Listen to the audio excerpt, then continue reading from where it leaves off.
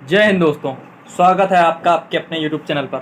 तो जैसा कि आप देख रहे हैं कि यहाँ पर ज्योग्राफी लिखा हुआ है, तो हम आज इस वीडियो में ज्योग्राफी के क्वेश्चन स्टार्ट करने वाले हैं तथा हम 10 ईयर के क्वेश्चन डिस्कस करेंगे। पिछले 10 सालों के क्वेश्चन डिस्कस करेंगे।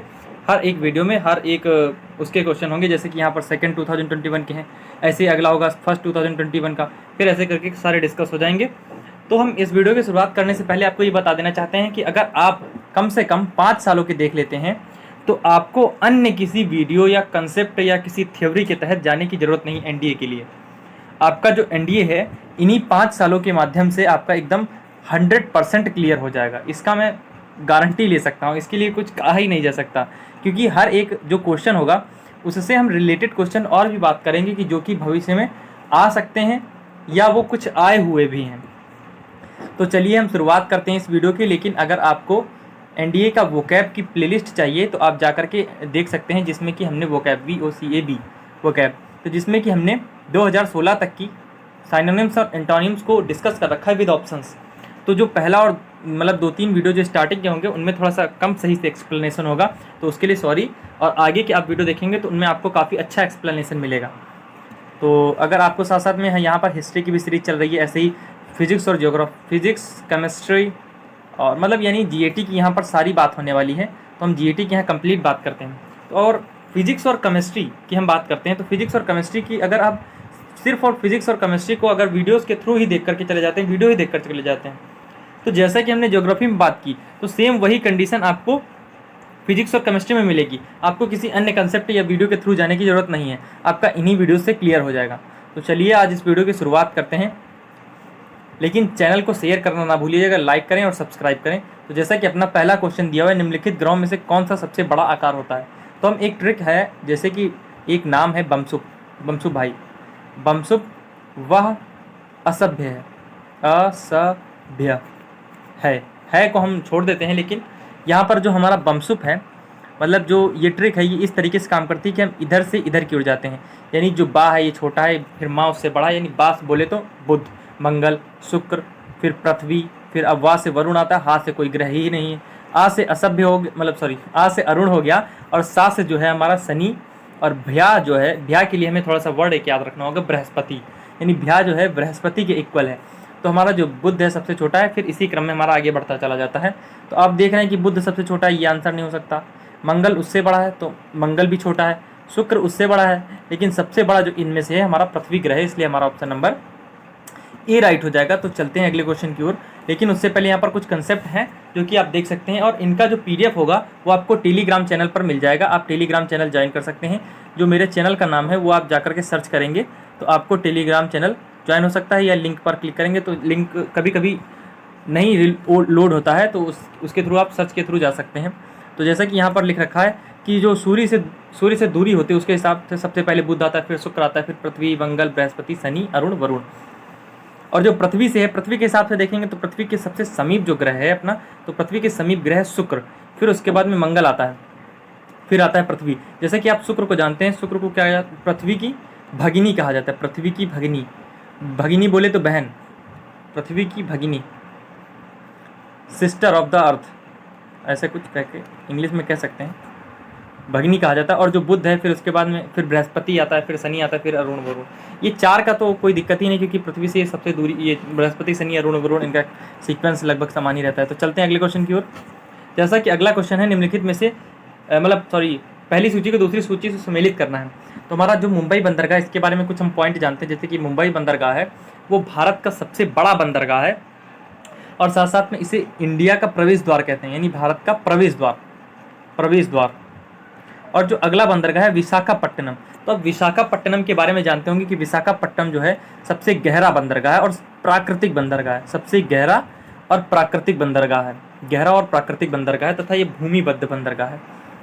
और जो चेन्नई है, तो अब चेन्नई के बारे में तो ये एक खासियत है कि चेन्नई जो है अपना कहाँ पर स्थित है, यहाँ पर आप जानते हैं कि यहाँ पर तमिलनाडु है, तमिलनाडु के यहाँ पर चेन्नई है, और यहीं पर हल्का सा विशाखापट्टनम है, और यहाँ पर कोचीन है, यहाँ पर मुंबई है। जो चेन्नई ही है, एक तो बंगाल की खाड़ी में, ये इसकी खासियत। दूसरा जो है, ये भारत का दूसरा सबसे बड़ा बंदरगाह है, भारत का दूसरा सबसे बड़ा बंदरगाह।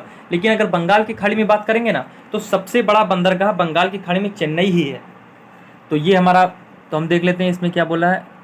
हाँ, और सबसे प्राचीनतम बंदरगाह भी है, कृत्रिम बंदरगाह होने के साथ साथ ये प्राचीनतम बंदरगाह भी है। तो सी का हमारा 4 हो जाता है, सी का 4।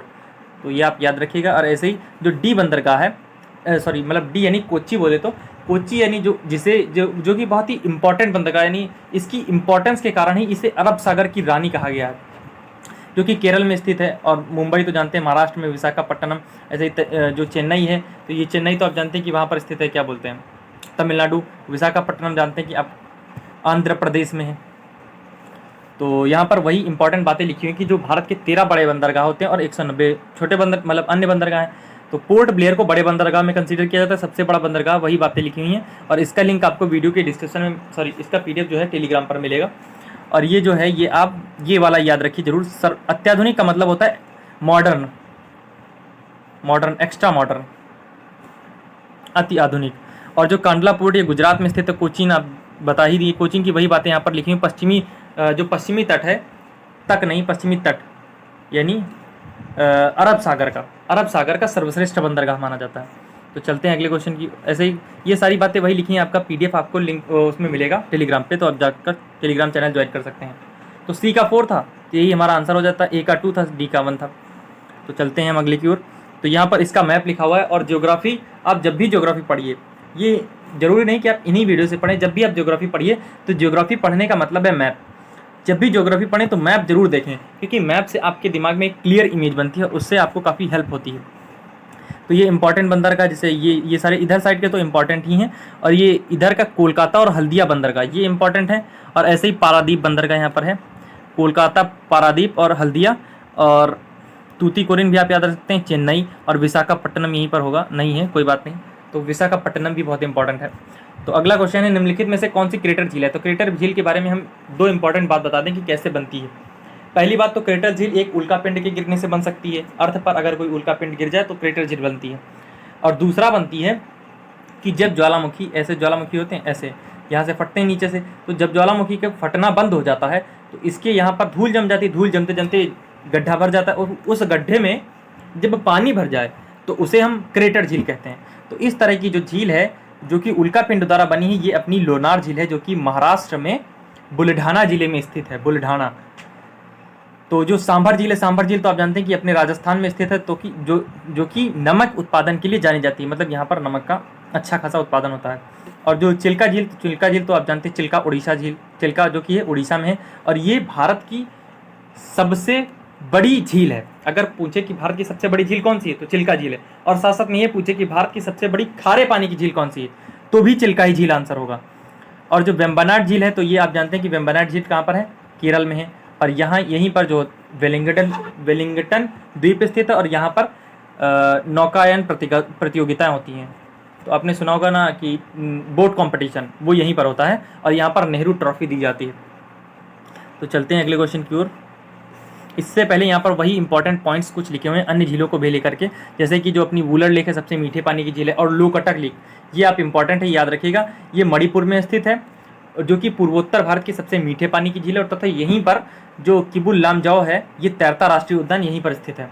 और अष्टमुदी और वेम्बनाड झील केरल में स्थित है, हमने बात कर ली। लोनार झील महाराष्ट्र में बात कर ली। ऐसे ही जो मानव निर्मित सबसे बड़ी झील है वो गोविंद वल्लभ पंत सागर है, यानी कृत्रिम झील जिन्हें बोलते हैं, आर्टिफिशियल। और रिहंद बांध पर उत्तर प्रदेश में स्थित है। सांभर झील, पंचभद्रा और डीडवाना, ये तीनों याद रखने वाली हैं, आपके लिए इंपॉर्टेंट है, नमक का उत्पादन करती हैं। उकाई झील मानव निर्मित है। ऐसे Pulicat lake one of the important, जो कि श्रीहरिकोटा द्वीप इसी पर स्थित है, तथा ये जो है तमिलनाडु और आंध्र प्रदेश की सीमा पर स्थित है।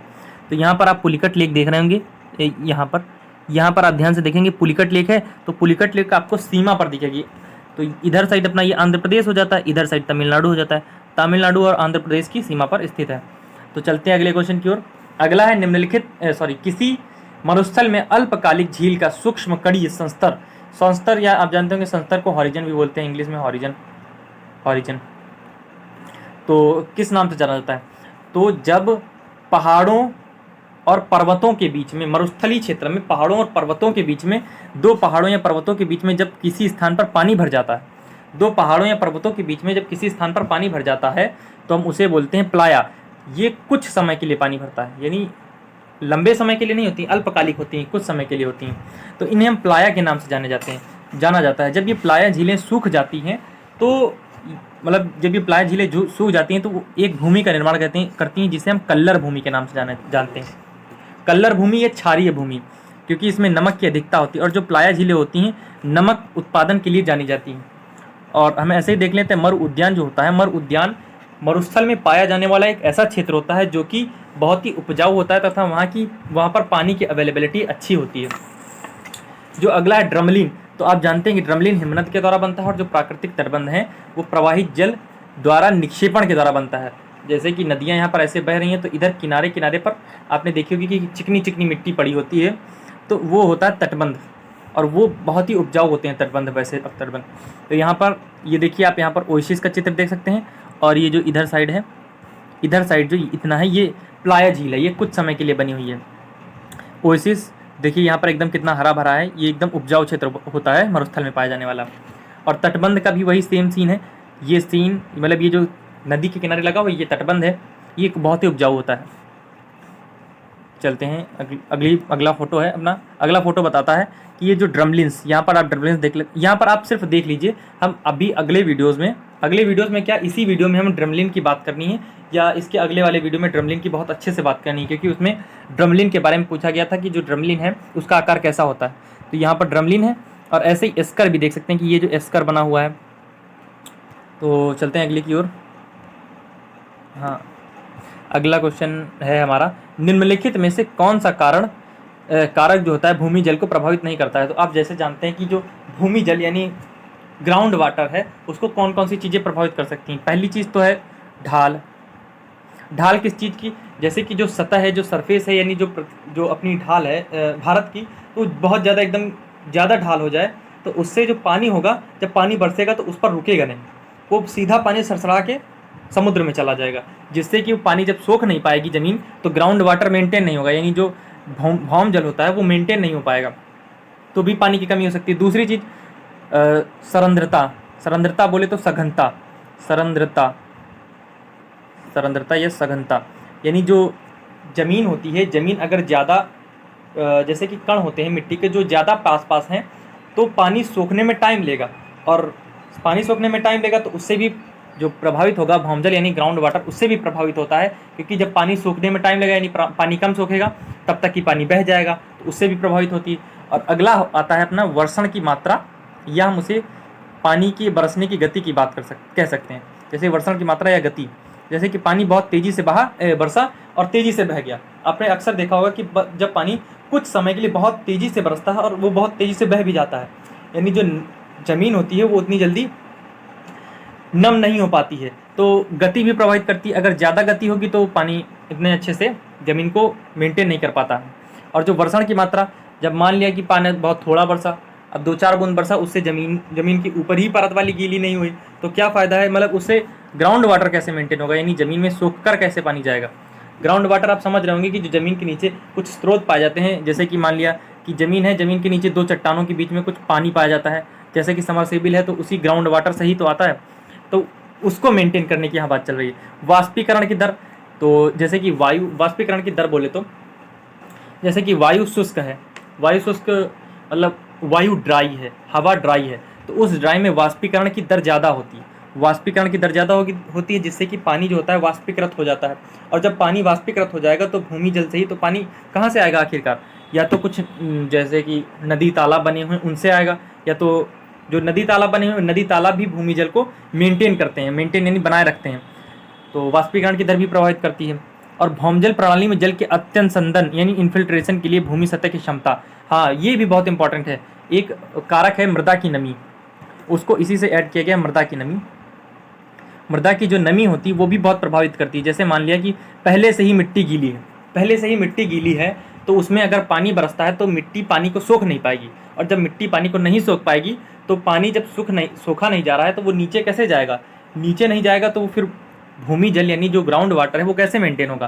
तो ये भी कारक है, ये भी कारक है, ये भी कारक है, लेकिन जो ये डी है ये कोई कारक नहीं, समुद्र से दूरी का कोई प्रभाव नहीं पड़ता है। तो इसी ये जो जितने भी कारक हैं यहाँ पर वही सारे कारक लिखे गए हैं, वर्षण की गति और यहाँ पर मात्रा भी एक लिख लीजिएगा चाहे आप। और जो वायु की शुष्कता, वनस्पति का आवरण, वनस्पति का आवरण जो होता है one of the important thing. जैसे कि आपने देखा होगा कि जहाँ पर वनस्पति पाई जाती है तो वहाँ पर वनस्पति जैसे कि पेड़ पौधे घास फूस ये सब चीज़ें, तो वहाँ पर जो ग्राउंड वाटर होता है वो मेंटेन होता है, क्योंकि उन्हीं की जड़ों के सहारे, उन्हीं के तनों के सहारे जो पानी होता है वो नीचे जल्दी चला जाता है। और जबकि जहाँ पर वनस्पति नहीं होगी, जैसे कि हम राजस्थान के मरुस्थल की बात कर लेते हैं, वहाँ पर वनस्पति नहीं है तो वहाँ पर पानी जाता तो है लेकिन वहाँ पर पानी मतलब इतनी जल्दी जा ही नहीं पाता, ऊपर से वो वाष्पीकृत हो जाता है, क्योंकि ऊपर की परत में पानी की जो मिट्टी होती है मिट्टी की ऊपरी लेयर में रह जाता है और वहाँ से वाष्पीकृत हो जाता है। और वहाँ पर दूसरा कारण है, वहाँ पर वायु की शुष्कता भी है, क्योंकि वहाँ पर ड्राई एयर बहती है और वनस्पति भी नहीं है, तो दोनों कारण बन जाते हैं, इसलिए वहाँ पर जो बड़ी दिक्कत होती है पानी की। मृदा की नमी की भी हम बात कर चुके हैं। तो चलते हैं अगले क्वेश्चन की ओर। जैव विविधता में यानी बायोडाइवर्सिटी के बारे में निम्नलिखित में से कौन सा कथन सही नहीं है? तो पहला कथन बोलता है बायोडाइवर्सिटी शब्द का वाल्टर जी रोजेन ने 1986 में किया था, तो ये भी सही है, ये भी सही है। और जो अगला कथन है इनमें हम थोड़ा सा टाइम वेस्ट नहीं करते हुए, ये हमारा चौथा कथन गलत है, क्योंकि जो विश्व में बायोडाइवर्सिटी के क्षेत्र हैं वो 36 अनुमानित किए गए हैं अभी तक, जो कि मतलब विश्व के करीब 4% एरिया को कवर करते हैं। तो बायोडाइवर्सिटी उन क्षेत्रों में अधिक पाई जाएगी जहाँ पर जहाँ पर ऊर्जा और जल की उपलब्धता हो। तो जैसे कि आप जानते हैं उष्णकटिबंधीय क्षेत्र, उष्णकटिबंधीय बोले तो जो भूमध्य रेखा के आसपास के क्षेत्र होते हैं वहाँ पर ऊर्जा बोले तो आप जानते हैं कि सूर्य की जो धूप होती है, सूर्य की ऊर्जा की वहाँ पर कोई कमी नहीं होती। उष्णकटिबंधीय क्षेत्रों में सूर्य सीधे चमकता है। और जल तो आप जानते हैं कि वहाँ पर इतना जल होता है कुछ कहने को नहीं, मतलब वहाँ पर पानी बहुत बरसता है और हर दिन जो है करीब 2 से 3 बजे के बीच में बारिश जो मतलब जरूर होती है। तो वही बात है कि जैव विविधता वहाँ पर पाई जाएगी अधिक जहाँ पर ये चीज़ें होंगी। ऊर्जा व जल की अधिकता वाले क्षेत्रों में जैव विविधता व्यापक स्तर पर पाई जाती है, जैसे कि उष्णकटिबंधीय वनों में जैव विविधता अधिकता में होती है। और जो जैव विविधता आखिरकार क्या होती है? जो किसी निश्चित भौगोलिक क्षेत्र में पाए जाने वाले जीवों की संख्या तथा उनकी विविधता को जैव विविधता कहते हैं। विविधता और ऐसे ही जो हॉटस्पॉट क्या होते हैं, कुछ प्रजातियों की संख्या अधिक होती है और कुछ की कम होती है। जिन क्षेत्रों में प्रजातियां विविध अधिक होती हैं, प्रजातियों की जो विविधता होती है वो अधिक होती है, तो उन्हें विविधता के हॉट स्पॉट कहा जाता है। तो वही बात यहाँ पर आपने हॉट स्पॉट एक वर्ड पढ़ा, तो इस हॉट स्पॉट को जो था, हॉट स्पॉट को ये जो महान व्यक्ति थे इनका क्या नाम था? Norman Myers. तो इन्होंने 1988 में इस वर्ड को निकाला था और 1989 आया तो इन्होंने अपने एक लेख में इस वर्ड को डिफाइन किया था, मतलब अच्छे से दुनिया के सामने रखा। अपने दिमाग में इन्होंने पहले बना लिया 1988 में, लेकिन उन्होंने फिर 1989 में दुनिया के सामने रखा। ऐसे यहाँ पर सारी बातें वही लिखी हुई हैं और आगे भी ये भी वही बातें लिखी हुई हैं, आप इनको भी पढ़ सकते हैं। देखो 36 हॉटस्पॉट हैं, 36 हॉटस्पॉट दुनिया में और 4% एरिया कवर करते हैं। वाल्टर जी रोमन, वो सारी बातें वही हैं। आपका इसका जो PDF है इसको आपको टेलीग्राम पर मिलेगा। और एक इम्पॉर्टेंट नहीं, one of the most important, उष्णकटिबंधीय क्षेत्र में जो देश जो होते हैं, जो उष्णकटिबंधीय देशों मतलब क्षेत्र में स्थित होते हैं, उनमें संसार की सर्वाधिक प्रजाति विविधता पाई जाती है। उन्हें महाविविधता केंद्र कहा जाता है।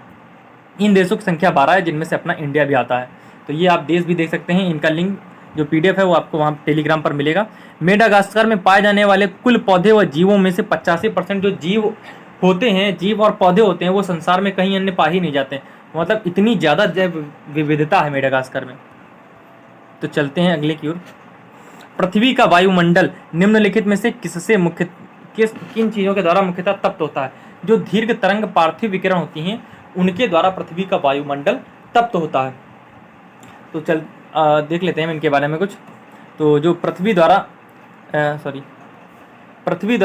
प्राप्त प्रवेशी, यहाँ पर प्रवृत्ति नहीं, प्रवेशी सौर विकिरण, जो प्रवेशी मतलब जो आने वाली सौर विकिरण है, सौर बोले तो सूर्य की ऊर्जा, वो वाली विकिरण जो लघु तरंगों के रूप में पृथ्वी पर तो आती है, लेकिन जब कुछ समय बाद जब पृथ्वी गर्म होने लगती है तो वो खुद एक पिंड बन जाती है, वो धीरे धीरे दीर्घ तरंगों का उत्सर्जन करती है।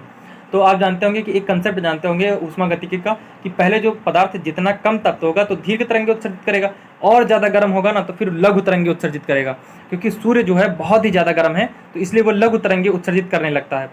और जो पृथ्वी है वो धीरे धीरे गर्म होने लगती है, क्योंकि वो सूर्य की तुलना में बहुत ही कम गर्म होती है, तो इसलिए वो दीर्घ तरंगे उत्सर्जित करना शुरू कर देती है। और जो यह ऊर्जा है वायुमंडल को नीचे से गर्म करती है, तथा इस प्रक्रिया को पार्थिव विकिरण या हम टेरेस्ट्रियल रेडिएशन कहा जाता है। दीर्घ तरंगे विकिरण दीर्घ तरंगदैर्घ्य जो होती है विकिरण वायुमंडलीय गैसें जैसे कार्बन डाइऑक्साइड हो गई, H2 हो गई और अन्य ग्रीन हाउस गैसें, तो उनके द्वारा अवशोषित कर ली जाती है जो दीर्घ तरंगे विकिरण होती हैं।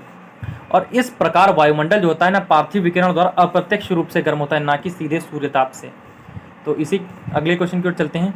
भूपृष्ठ से ऊपर की ओर बढ़ते हुए परतों को सही अनुक्रम निम्नलिखित में से कौन सा है? तो वीडियो थोड़ा लंबा हो सकता है, तो वीडियो के साथ बने रहिएगा। जैसे कि पहला क्वेश्चन तो जैसे कि आप जानते हैं कि हम इसको अपने ऐसे नहीं देखते हैं, सीधा हम इससे ज्योग्राफी मैप, तो मैप के थ्रू चलते हैं। तो जियोग्राफी में सबसे पहले क्षोभ मंडल, फिर समताप मंडल, फिर मध्य मंडल, फिर आयन मंडल, फिर बहिर्मंडल। तो ये 5 मंडल आपने देख लिए। यहाँ पर इन्हीं के बारे में बात की गई कि हमें बताना है कि कौन सा क्रम सही है। भूपृष्ठ से ऊपर की ओर बढ़ते हुए तो यानी पृथ्वी से ऊपर की ओर जब हम जाएंगे तो उसकी बात करनी है। तो सबसे पहले तो क्षोभ मंडल आएगा, तो बाह्य मंडल वाला ऑप्शन कट जाता है, समताप मंडल वाला भी कट जाता है। क्षोभ मंडल के बाद समताप मंडल आता है, ठीक है।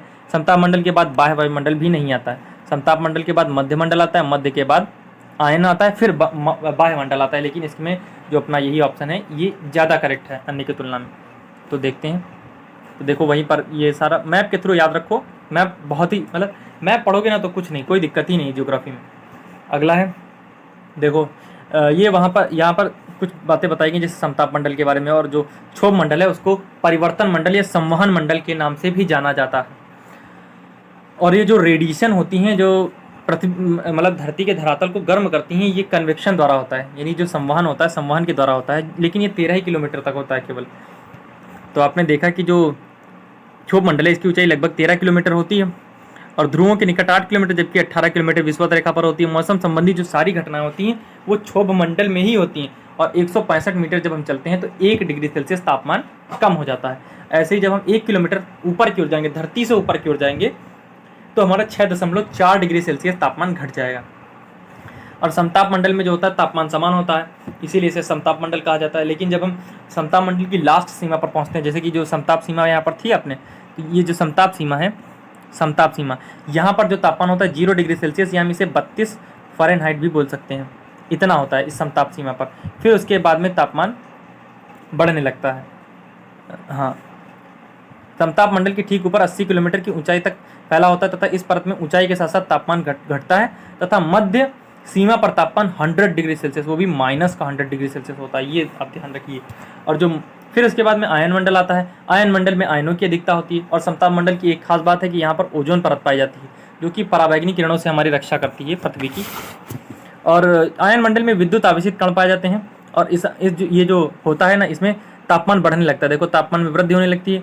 और जैसे कि हम रेडियो तरंगे पृथ्वी से वहाँ पर भेजते हैं, तो वो जो आयन मंडल होता है रेडियो तरंगों को पृथ्वी पर वापस लौटा देता है, जिसके कारण हमारा जो कम्युनिकेशन है वो अच्छे से चल पाता है। और ऐसे ही जो पृथ्वी पर से जो उल्कापिंड गिरते हैं वो आयन मंडल में आकर जल के राख हो जाते हैं। और बहिर्मंडल में सबसे देखो बहिर्मंडल में हाइड्रोजन और हीलियम की प्रधानता पाई जाती है। ये भी क्वेश्चन पूछा गया था कि बहिर्मंडल में किसकी प्रधानता पाई जाती है, ये क्वेश्चन पूछा जा चुका है।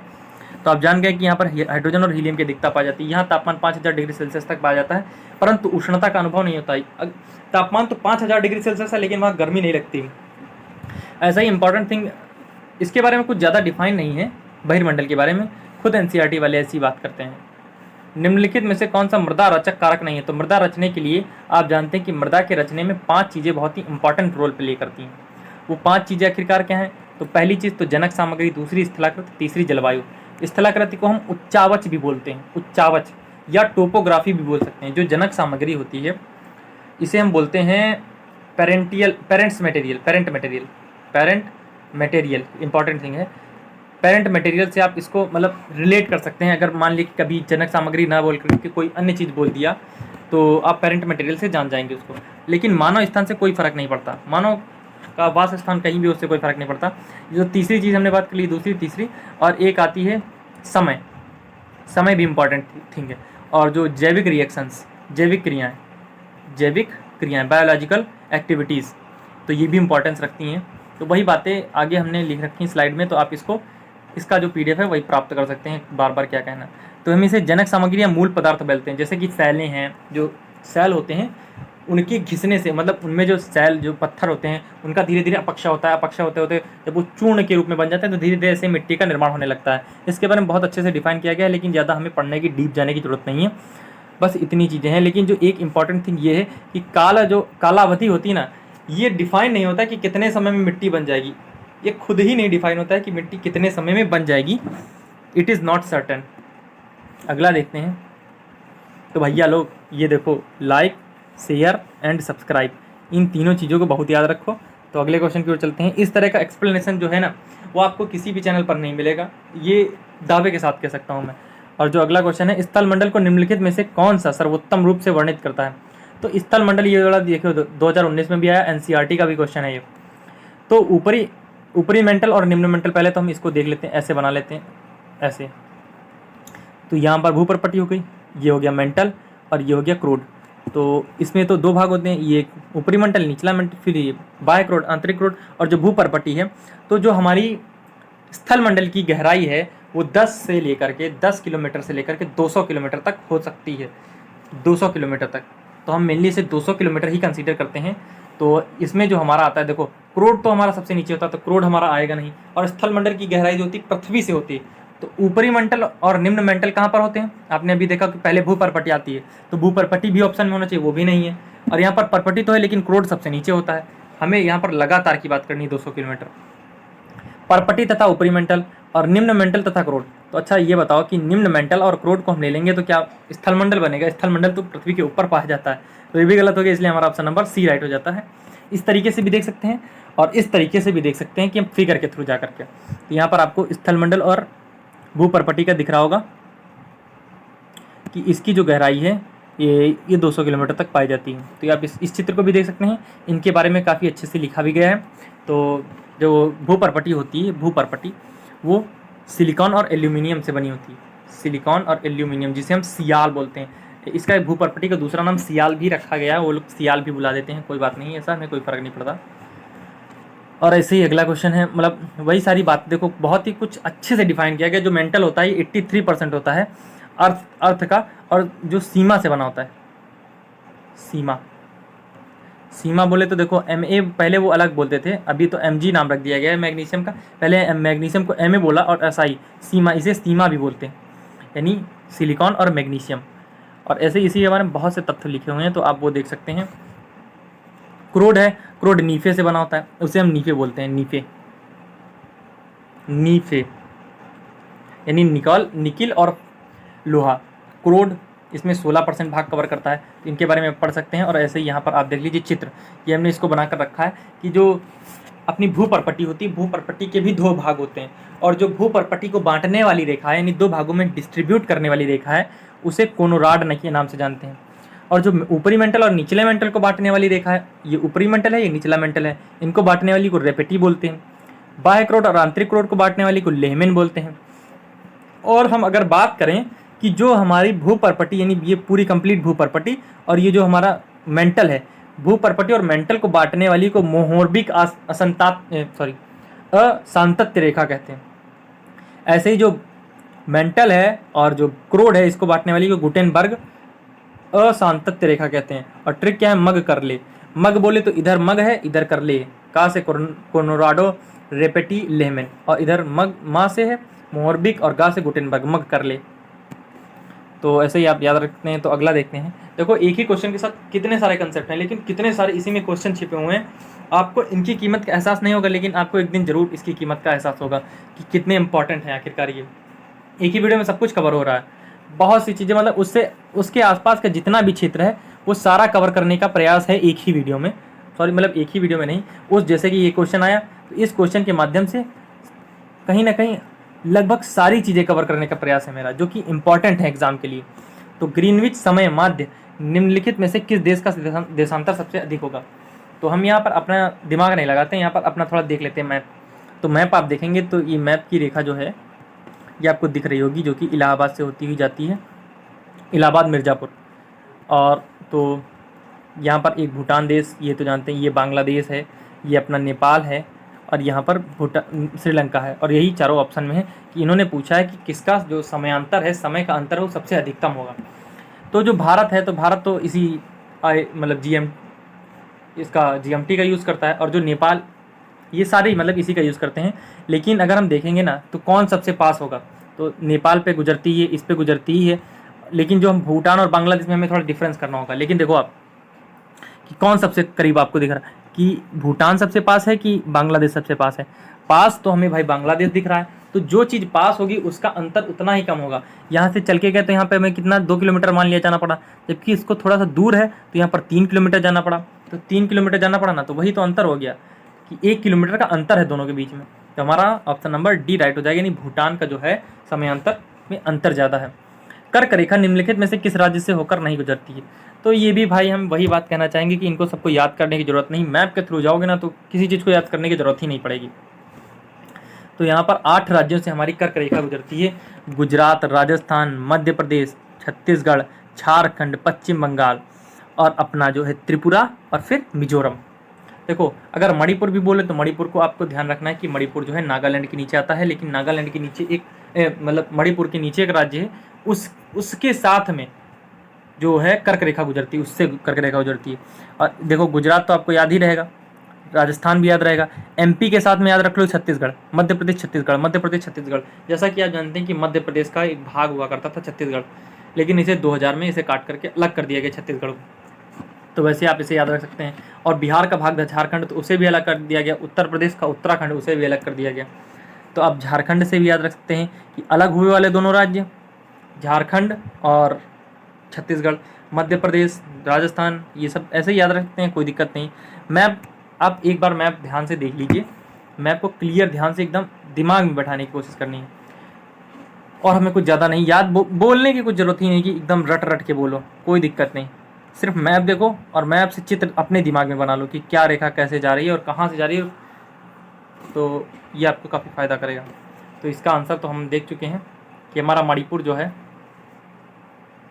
जो मणिपुर है यही हमारा आंसर नहीं होगा। कहाँ चला गया, अच्छा हाँ, जो मणिपुर है यही हमारा आंसर नहीं होगा, क्योंकि पश्चिम बंगाल से भी गुजरती, गुजरात से गुजरती, झारखंड से भी गुजरती है।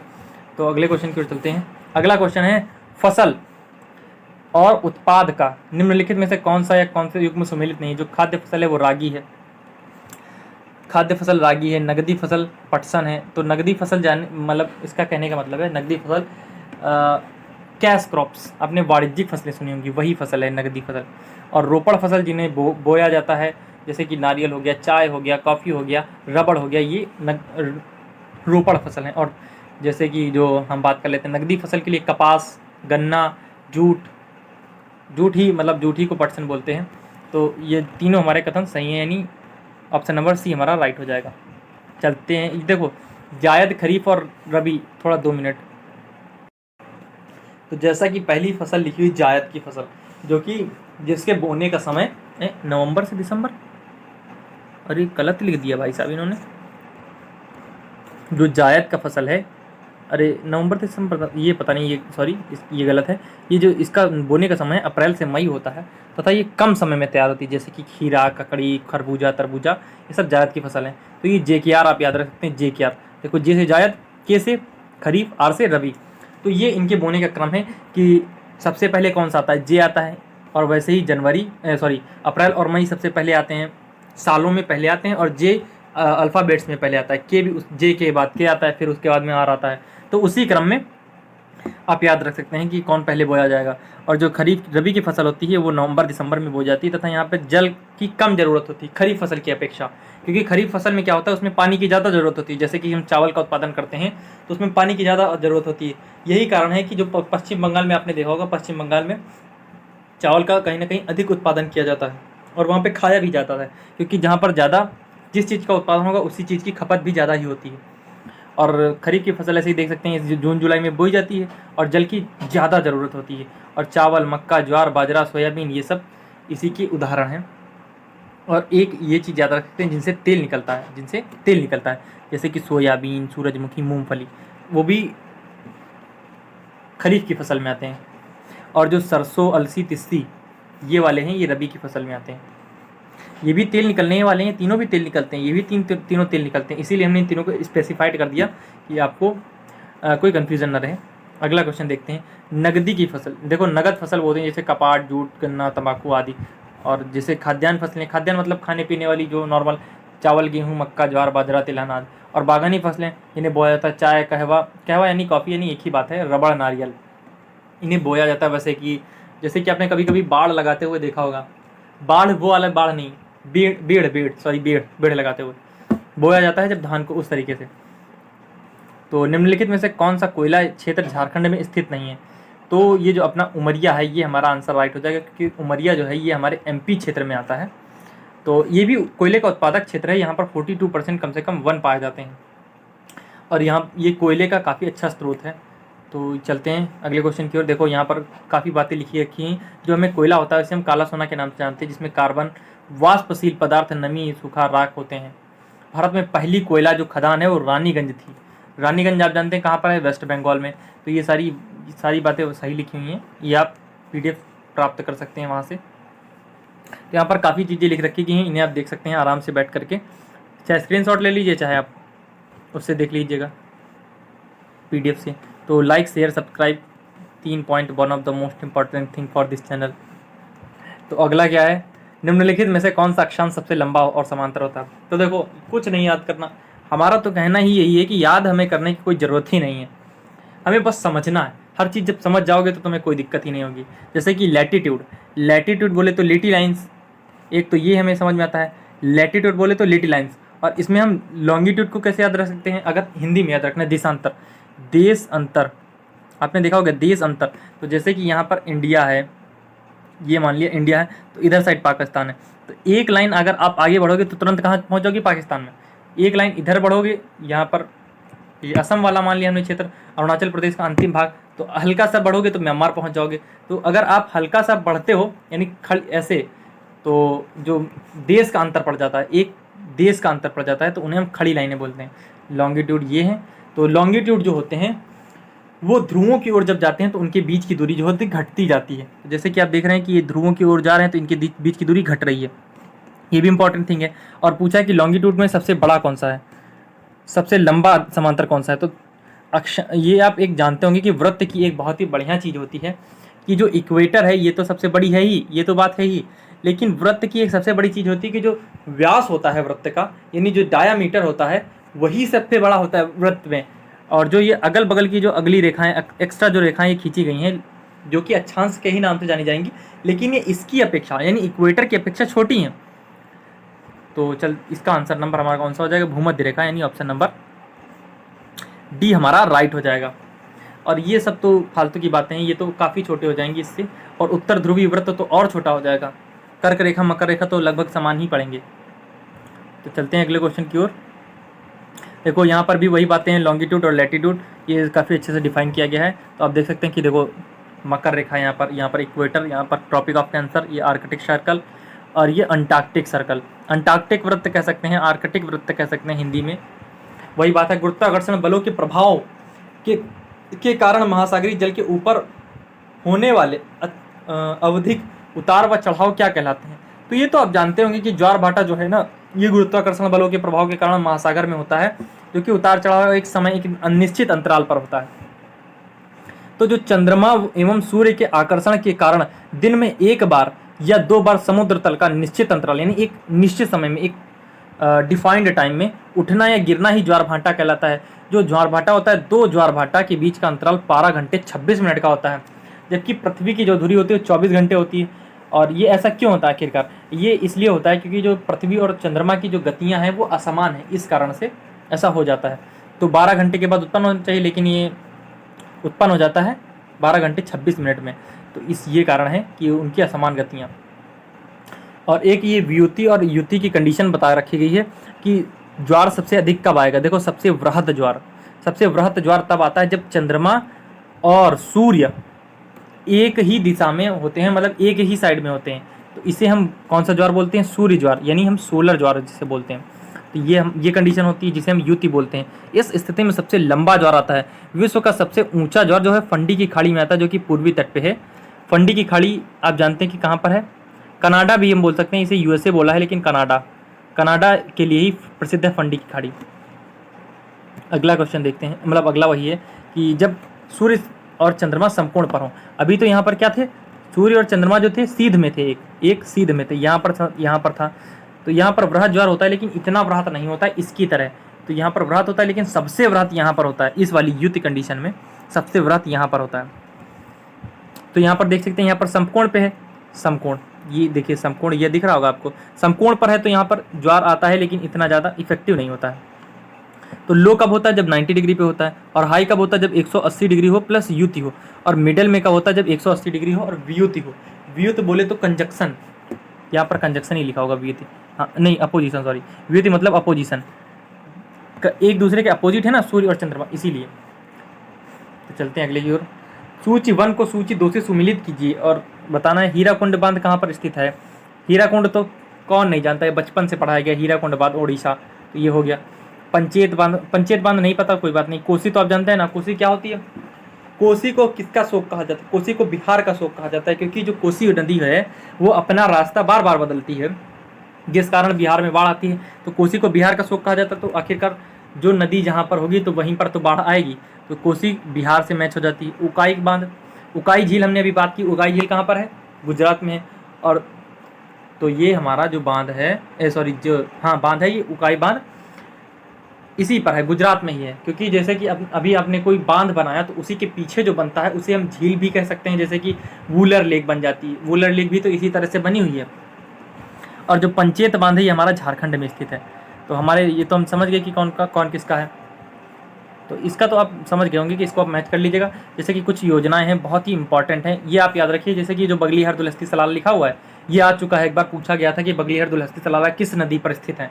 तो ये आप इंपॉर्टेंट है, याद रखिए कि जो हरिके बैराज है ये व्यास और सतलज नदी पर स्थित है। फरक्का बैराज जो है ये गंगा नदी पर स्थित है। और जो हरिके बैराज है पंजाब में स्थित है।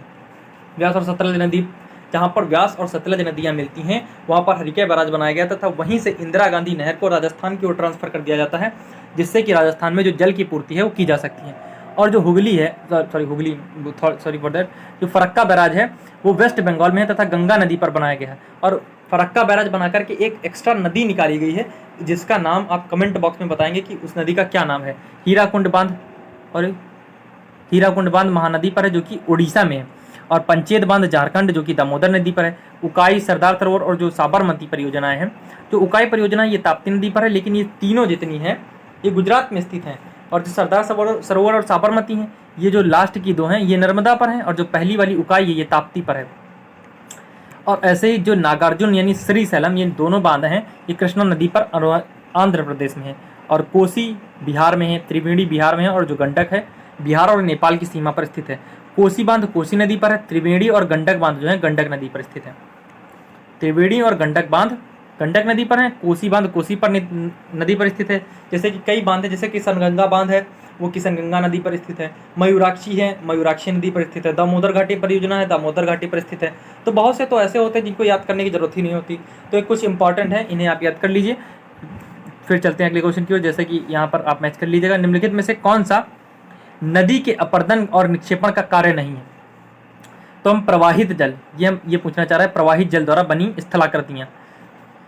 तो हम इसकी बात करने वाले हैं। जैसे कि जब नदियाँ की 3 अवस्था होती हैं। पहली अवस्था होती है युवा अवस्था। युवा अवस्था बोले तो जब खड़ी ढाल पर नदियाँ होती हैं तो वहाँ से बहुत ही उनमें पावर होती है, तो उन्हें हम युवा अवस्था बोलते हैं। प्रौढ़ा अवस्था जब नॉर्मल ढाल हो, नॉर्मल ढाल। और वृद्धावस्था वो होती है कि जब नदियाँ एकदम बूढ़ी हो चुकी हैं। बूढ़ी कहने का मतलब है कि जहाँ पर ढाल एकदम ना के बराबर होता है, बस उन्हें कैसे भी ज़बरदस्ती करके अपने साथ जो गाद मलबा अलबा लाई हैं तो उसको समुद्र में फेंकना होता है, तो वो वृद्धावस्था होती है। तो हम देख लेते हैं कि अपर्दन के द्वारा आखिरकार कौन कौन से स्थल रूप बनते हैं। तो जब नदियाँ जहाँ से निकलती हैं तो उसे तो हम नदी का मुहाना कहते हैं, यानी नदी का उद्भव कहते हैं।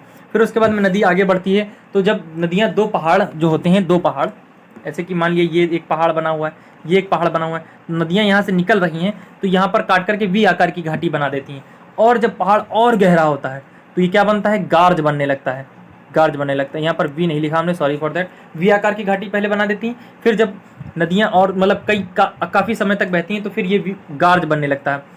फिर और अधिक समय तक जब बहती हैं नदियाँ तो एक कैनियन बन जाता है। कैनियन और गार्ज में बस इतना ही अंतर, देखो दोनों ही सेम बातें हैं। गार्ज और कैनियन नदियों द्वारा ही बनाए जाते हैं और दोनों ही सेम बातें हैं। कैनियन में बस इतना होता है कि कैनियन कुछ ऐसे बनता है, मतलब ऊपर से चौड़ा, और जो गार्ज होता है वो ऐसे बनता है, खड़ा। यानी इसके जो किनारे होते हैं ये सकरे होते हैं, और जबकि कैनियन में होता है ऊपर चौड़े होते हैं, नीचे सकरे होते हैं। कैनियन ये होता है। और अगला जो फिर उसके बाद में जब नदियाँ निकलती हैं तो गार्ज कैनियन बनाने के बाद जब नदियाँ अभी पहाड़ों पर थी, पहाड़ों से जब नीचे गिरेंगी तो नदियाँ अवनमन कुंड आपने देखा होगा कि जहाँ से जलप्रपात जैसे कि ये पहाड़ है और पहाड़ से नदियाँ गिरी तो ज़मीन पर जब गिरेंगी तो झरना बनाएंगी, ये झरना हो गया। और जहाँ पर गिरेंगी तो जहाँ पर गिरेंगी ना उसे हम अवनमन कुंड बोलते हैं, अवनमन कुंड बनता है। फिर अवनमन कुंड के अंदर एक जलगर्तिका बनता है। जलगर्तिका बोले तो कि जैसे कि नदी के अंदर कोई गड्ढा है तो जब ऊपर से कुछ पत्थर आते हैं तो पत्थर गिर के उसी गड्ढे में नाचने लगते हैं, गोल गोल घूमने लगते हैं, तो उसे हम पैथोल्स यानी जलगर्तिका बोलते हैं। फिर नदियाँ आगे बढ़ती हैं तो जो कठोर चट्टानें होती हैं नदियाँ उन्हें काट करके, जैसे कि ऐसे पहाड़ बने हुए हैं तो नदियाँ कठोर चट्टानों को काट करके ऐसे ऐसे घूम घूम के बहती हैं, तो इन्हें हम विसर्प बोलते हैं। टेढ़ी मेढ़ी को हम विसर्प बोलते हैं। और फिर ये दो थी अपर्दन के द्वारा, यानी इनसे काटपीट करने के बाद इतनी आकृतियाँ बनती हैं। फिर निक्षेपण के द्वारा क्या बनता है, जब नदियाँ निकलती हैं तो निक्षेपण के द्वारा जलोढ़ पंख का निर्माण करती हैं। फिर बाढ़ के मैदान बनाती हैं, प्राकृतिक तटबंध बनाती हैं। प्राकृतिक तटबंध तो हमने अभी बात की थी, फोटो से देखा था। और फिर उसके बाद में गोखुर लेक का भी निर्माण होता है। गोखुर लेक जैसे कि विसर्प ये बना हुआ है तो नदियाँ ऐसे बार बार आएंगी, इसको काट करके डायरेक्ट यहाँ पर जुड़ जाएंगी। तो ये जो कट करके यहाँ से अलग हो जाएगी झील, ये जो यहाँ से कट के अलग हो जाती है तो इसे हम गोखुर लेक बोलते हैं। गोखुर लेक बोले तो इसे ऑक्सबो लेक के भी नाम से जाना जाता है, छाड़न लेक के भी नाम से जाना जाता है, चाप झील के नाम से भी जाना जाता है। फिर नदियाँ आगे जा करके अपना जितना भी मलबा लिए होती हैं उसको डेल्टा के रूप में विस्तारित कर देती होंगी नहीं कर देती हैं। ऐसे नदी आई, फिर उसके बाद में एक ऐसे जैसे धारा कट गई वितरिकाओं में बढ़ जाती है, ऐसे कट गई। आपने देखा होगा कि समुद्र के पास ऐसे ऐसे करके इसका चित्र देखेंगे तो ये कट जाती है तो डेल्टाओं में बढ़ जाती है। और अगर नदी के दोनों तरफ डेल्टा, यही जो हमने बनाया ये डेल्टा का चित्र है, और फिर अगर नदी के दोनों तरफ पहाड़ या पर्वत स्थित हैं, जैसे कि इधर भी पहाड़ है इधर भी पर्वत है, तो नदियाँ ज़बरदस्ती में उसको ढो के उस जो मलबा को लाई हैं उस मलबे को सागर में गिरा देती हैं, जिससे ज्वार नदमुख यानी उल्टे नांद आपने देखी होगी, नांद ऐसे करके की आकृति का निर्माण होता है। ऐसी आकृति का निर्माण होता है जैसे कि जो धीरे धीरे ऊंचा होता जाता है। और जहाँ पर ज्वार नदमुख बनता है ना वो बहुत ही इंपॉर्टेंट होता है। जैसे कि अभी हमने मार्मा गोवा की जो बात की ना, तो मार्मा गोवा है ये ज्वार नदमुख पर बना हुआ है, ज्वार नदमुख। तो अभी हमने ये बात की तो जैसे कि मिट्टियाँ जो नदियाँ जो है मिट्टी ला के डालती रहती हैं, फिर वही मिट्टी एक दिन धीरे धीरे करके ऊपर द्वीप के रूप में आ जाती है, और वो द्वीप बहुत ही इंपॉर्टेंट होता है, मतलब बहुत ही लाभकारी होता है आर्थिक दृष्टि से। तो ये ज्वार नदमुख की तरह यानी उल्टे नांद के आकार की आकृति बनती है ज्वार नदमुख में। और डेल्टा की बात कर लेते हैं। डेल्टा तो बन गया था, लेकिन कुछ नदियाँ ऐसी होती हैं कि बहुत ज़्यादा पानी लेकर के आती हैं तो बहुत बड़ा डेल्टा बना देती हैं, बहुत बड़ा डेल्टा। ऐसे करके बहुत बड़ा डेल्टा कई भागों में टुकड़ों में टूट जाती हैं, तो उसे पक्षीपात डेल्टा कहते हैं। तो वो मिसिसिपी नदी पर पाया जाता है, मिसिसिपी नदी में पाया जाता है ये पक्षीपात डेल्टा। तो चलते हैं अगले क्वेश्चन की ओर। निम्नलिखित में से कौन भारत में कृषि की विशेषता नहीं? तो भारत में कृषि की विशेषता है, देखो पहला बोलता है निर्वाह कृषि, तो आप जानते हैं कि भारत में निर्वाह कृषि ही की जाती है। दूसरा बोलता है कृषि पर जनसंख्या का दबाव, तो इतनी भारत की जनसंख्या हो गई, आपको क्या लगता है कि कृषि पर जनसंख्या का कोई दबाव नहीं? तो ये भी हमारा सही है कथन। अगला बोलता है मानसून पर निर्भरता, तो जो भारत की जो कृषि है वो बहुत सबसे बड़ी कमजोरी इसी बात की है कि जो भारत की कृषि है वो मानसून पर निर्भर होती है। 2/3 जो कृषि है, 2/3 कृषि मानसून पर ही निर्भर रहती है। ये सबसे बड़े कहीं ना कहीं दुख की बात ही कह सकते हैं। लेकिन नकदी फसलों की प्रधानता जो है ना अपने भारत में नहीं है, यानी अपने भारत में कपास, जूट, पटसन इन चीज़ों को थोड़ा सा कम बोया जाता है। खाद्यान्न फसलों पर भारत के लोगों का ज़्यादा ध्यान रहता है। इसका एक कारण भी है कि कई कारण हैं इसके, जैसे कि पहला कारण तो यही हो जाता है कि भारत में जो भूमि है, भूमि का आकार छोटा है। भूमि का आकार बोले तो 0.3 हेक्टेयर, यानी 1 हेक्टेयर से भी छोटा, यानी 0.31 हेक्टेयर जो है वो है लोगों के पास, तो ये भी एक कारण है। और जबकि जो विश्व है, विश्व में 0.59 हेक्टेयर भूमि सबके पास अवेलेबल है, जबकि इंडिया में 0.31 काफ़ी कम है। और जो भारत के 60% लोग हैं उनके पास 1 हेक्टेयर से तो कम है भूमि, वो तो ठीक है, लेकिन जो 40% है ना उनके पास तो आधे से भी कम है, आधे से भी कम है भूमि, आधे हेक्टेयर से भी कम है। तो ये भी कारण बन जाते हैं। और मानसून पर निर्भरता, जनसंख्या का दबाव, ये कई कारण हैं जो कि भारत की कृषि को प्रभावित करते हैं। ऐसे जो भारत के 57% एरिया पर कृषि की जाती है, और भारत की में जो कृषि की महत्ता है इस बात से आंकी जा सकती है कि देश में 57% भूभाग पर कृषि की जाती है, जबकि विश्व में कुल 12% ही, जैसे कि कोई भी देश ले लिया तो उसमें केवल 12% ही एरिया है उसमें कृषि की जाती है। भारत में 57%, जो कि 12×48 12×65 अप्रॉक्स 5 गुना है। और भारत में जो भूमि का अनुपात है कृषियों के पास 0.31 हेक्टेयर, और जबकि विश्व में इतना है। भारत में जो इनकी समस्याएं कई समस्याएं, जैसे कि हमने अभी बात की मानसून पर निर्भरता, निम्न उत्पादकता, जैसे कि अपने यहाँ कृषि में कम उत्पादन होता है, निम्न उत्पादकता। और ऐसे अगला कारण है भूमि में सुधार की कमी। जैसे कि भूमि में सुधार में कमी, तो जैसे कि चकबंदी, आपने एक वर्ड सुना होगा, तो चकबंदी थोड़ा सा कम है, ये थोड़ी सी कहीं ना कहीं समस्या बन जाती है।